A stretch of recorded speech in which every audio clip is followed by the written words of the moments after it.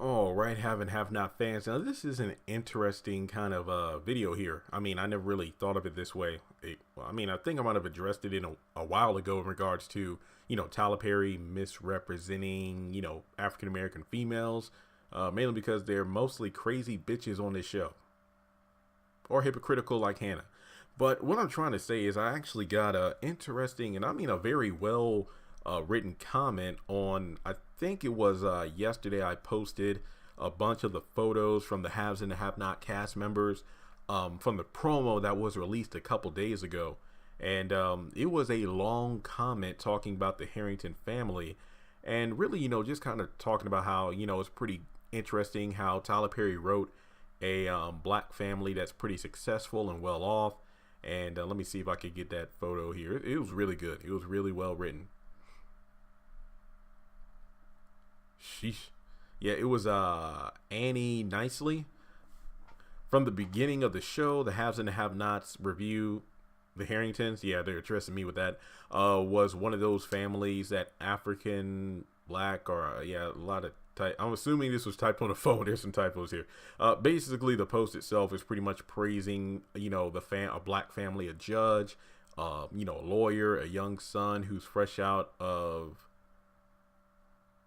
Yeah, I can't really make that. Over the course of time, we have seen the family fall to pieces. Even though the family is like refined, composed, and classy on the surface, very true, especially going back to the early episodes. You have Veronica, who is actually an extremely no holds barred, vicious, malicious, cold, calculating, manipulative, overbearing. It sounds like, how the Grinch stole Christmas. It's like every 5 minutes there's a song going into extreme detail about what a piece of crap he is. Wow. She's used to delivering zingers in her trademarked cool, calm, and collected way. Yet she's chastising, stinging, but has an outwitting sense of fashion. And remember, Maggie Day told her not to be too flashy. She's also proven to be very anti-gay and diabolic, resulting from the character's very one-of-a-kind brand of villainy and vile levels she's proven more than willing to stoop to.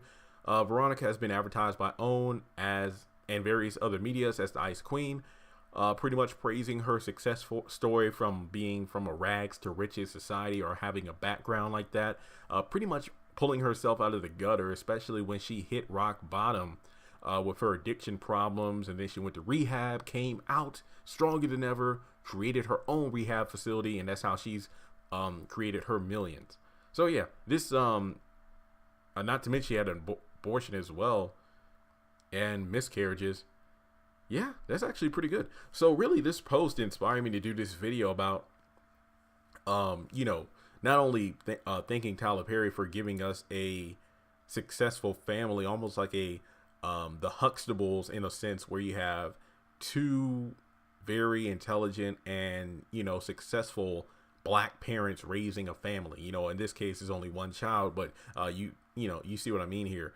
And I did remember, when the show first started, it was very interesting to see that. But the thing about the Haves and the Have-Nots is they definitely give us a lot of different views of like one race of people, where you have the Harringtons hanging in there with like the Criers. And, even Catherine stated Veronica really only affiliated herself with Catherine based off social status because it would like make her look good.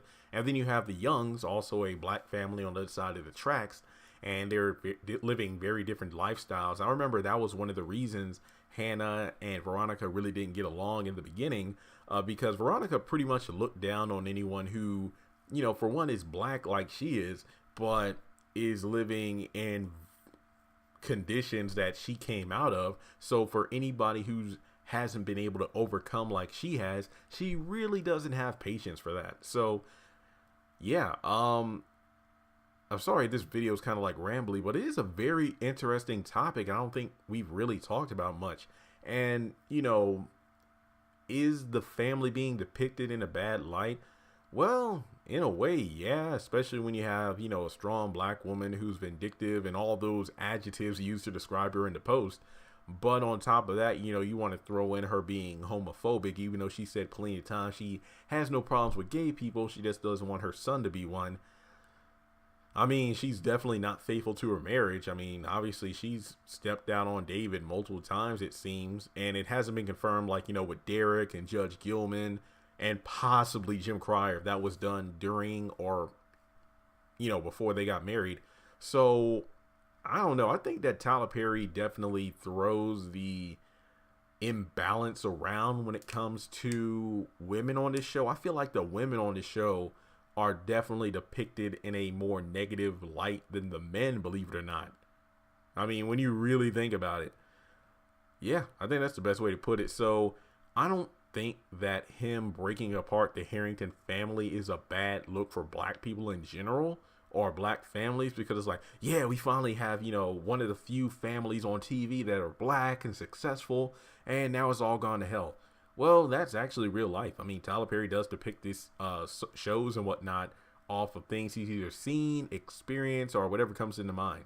So, I mean, if anything, I think that the haves and the have-nots really isn't about being depicting a black family or a white family. I think it's really more about what the title suggests, the haves and the have-nots, where at first glance, the title itself really depicts, you know, those who have a lot versus those who don't have much at all, which could definitely be, you know, looked at easily as materialistic and financially.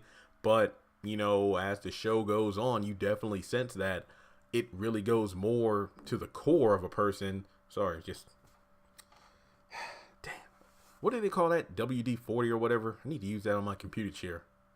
But in any case, yeah, I think at the core, I think it comes down to the core of a person, their values, the love, the family element.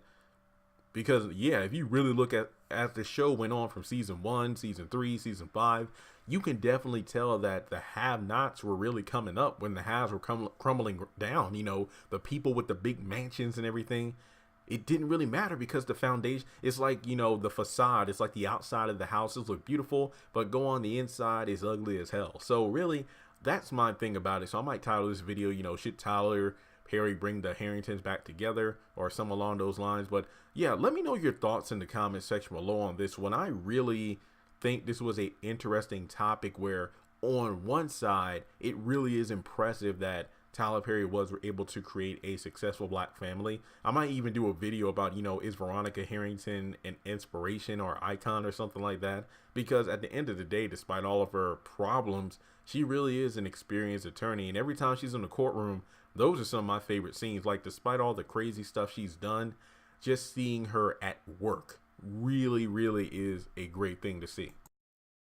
Congratulations on making it to the end of this video. If you like what you saw, be sure to hit that thumbs up button, as well as leaving your thoughts in the comment section below so we can keep the conversation going. On the left hand side of the screen, you should see a picture of Jeffrey Harrington. You can click on him in order to subscribe, but also hit the bell notification icon.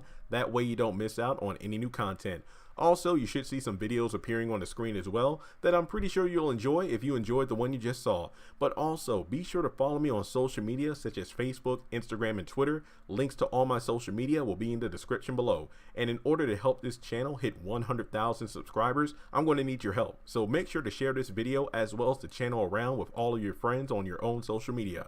But once again, thanks so much for tuning in, and I'll catch you all in the next video.